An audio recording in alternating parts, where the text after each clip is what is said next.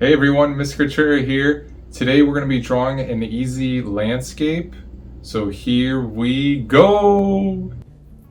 Okay, so we have prism color and we have the special marker paper. So the prism color, I'm going to put in the link in the description. They're really high quality and it's going to just make it really nice, as well as the marker paper is going to let the marker sit better and not absorb in your paper and not waste marker. All right, so first what we're gonna do is we're gonna get a marker. I'm gonna get my Sharpie, but if you guys are following along, you can also get a pencil to do this first part. If you make any mess ups, do a pencil first and then do outline again in marker. So we're gonna make a little frame inside of our picture. This way it'll look nice and we don't have to color as much. So you can do this if you want or not.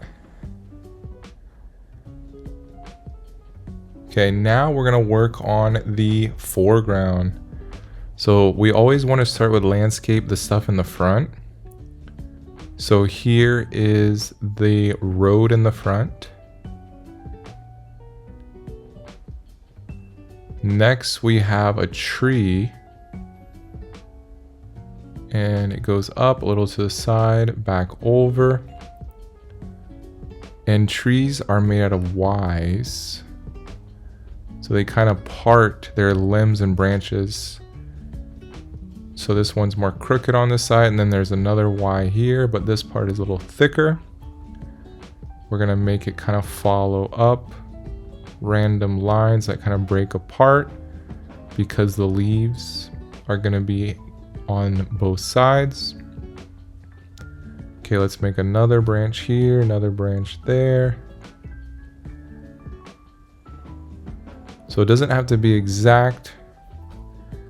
Just make basically thicker branches at the bottom, bigger, skinnier branches at the top. And then we're gonna make the outline of our tree. So we're gonna kind of go in and out, make these kind of curved lines. These are going to be the leaves and the basic outline of the tree. Coming back here, kind of goes out of our frame, which is fine.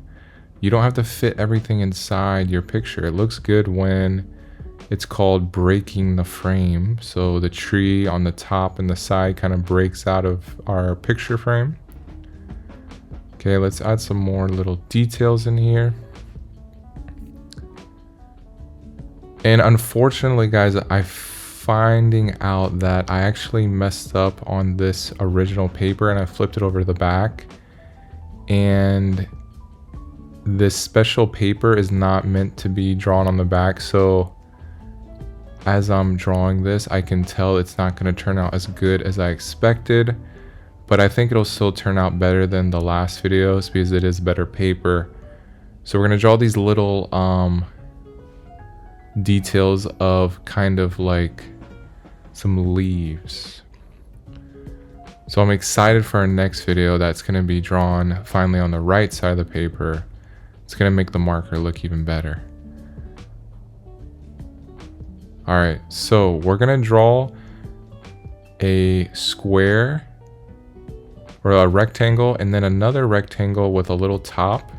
So it kind of looks like a house, but this is actually an RV trailer. Okay, we're gonna draw some windows on it. There's the AC up there. Draw another window here. This is actually a picture I took when I went this summer to, I have an RV that I just got, and I went around the country in it. And one of the photos I took was this photo here when we went to Yellowstone National Park with our family. All right, we're gonna draw some more windows, a little door right here. Has a little top area, like a little awning it's called. Okay, then we're gonna draw the bottom space down here. And let's draw some wheels. It's kind of shaded in the picture, so we'll just draw a circle Should be more oval, yeah, like that. And a little 3D aspect to it. But since it's going to be in the shade and kind of shaded in a lot, we don't have to worry too much about that. So when you do a landscape, sometimes it's good to have like a little building in there, like a house or a little shed or some sort of man-made object a little bit. And I thought this was a great picture with the RV. All right, so now we already did the tree, then we did the RV. Now we're gonna draw a little street in front and beside the RV. So there's gonna be some grass down here. So as you guys can see, we're starting to work more to the top of our paper. And this is how you draw a landscape. Let's do a little fire pit right here.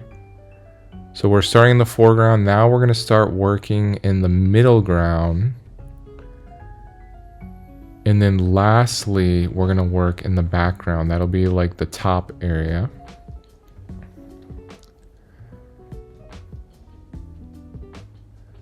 All right, so we have like almost a horizon line, but there's actually gonna be another horizon line, that line there. So now we're gonna draw the fence.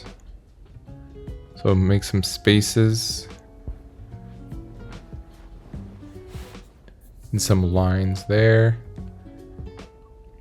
And as it's getting farther away, there's gonna be less detail. And the fence posts are actually wood and they're all kind of, some of them aren't perfect, so that's fine that they don't look perfect. Okay, there, that is our horizon line right there.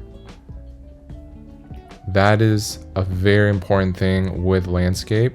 Now let's draw some little hills in between.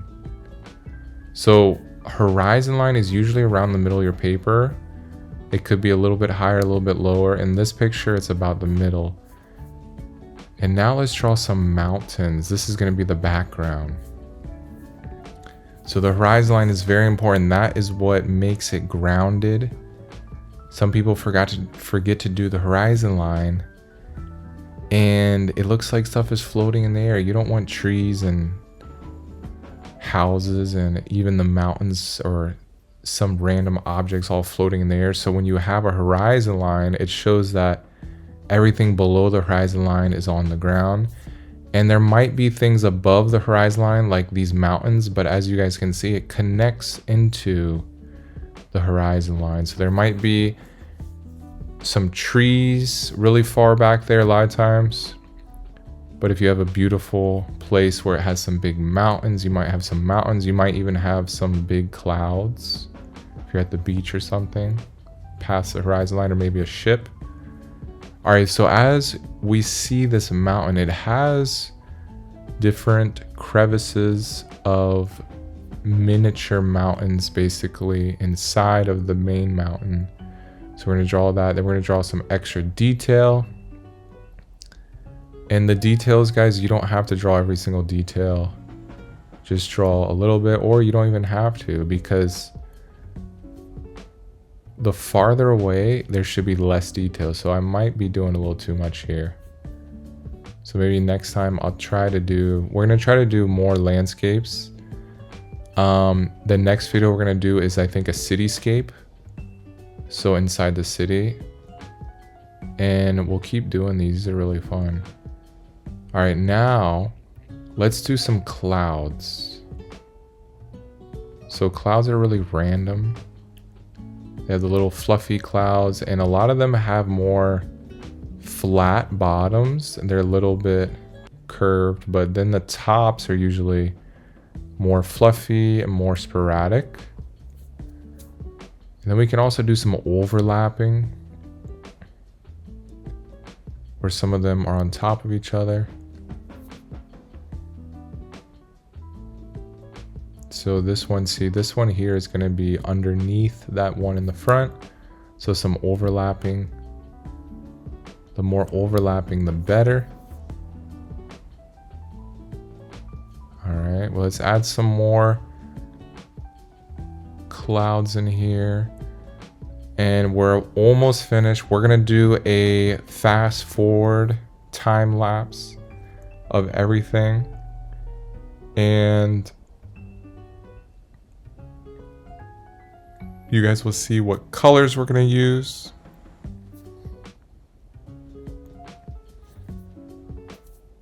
I'm gonna use the colors on the side right here, which is about 10 different colors, a little less. So if you want to make it more simple, do less colors. I do a little bit of mixing. All right, let's add some last bit of detail. There's some mountain over here. And I think it needs a little bit in the foreground. So let's add some grass blades here.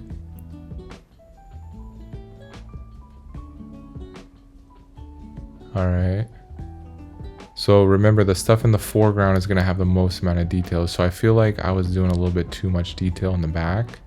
So now we have to add some gravel, some more detail in the front.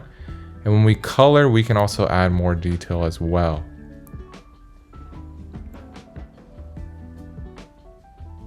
All right, little dots for the gravel.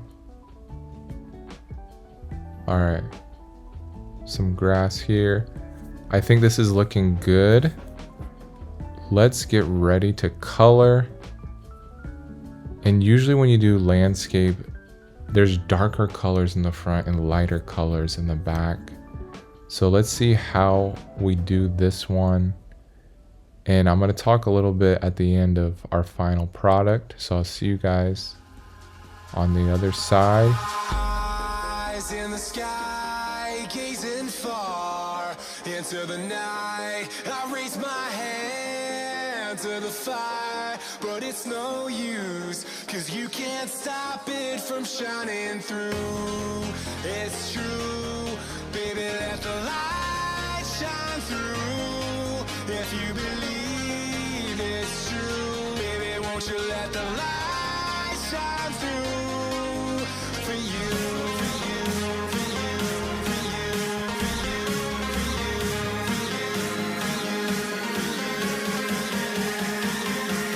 won't you let the light shine through.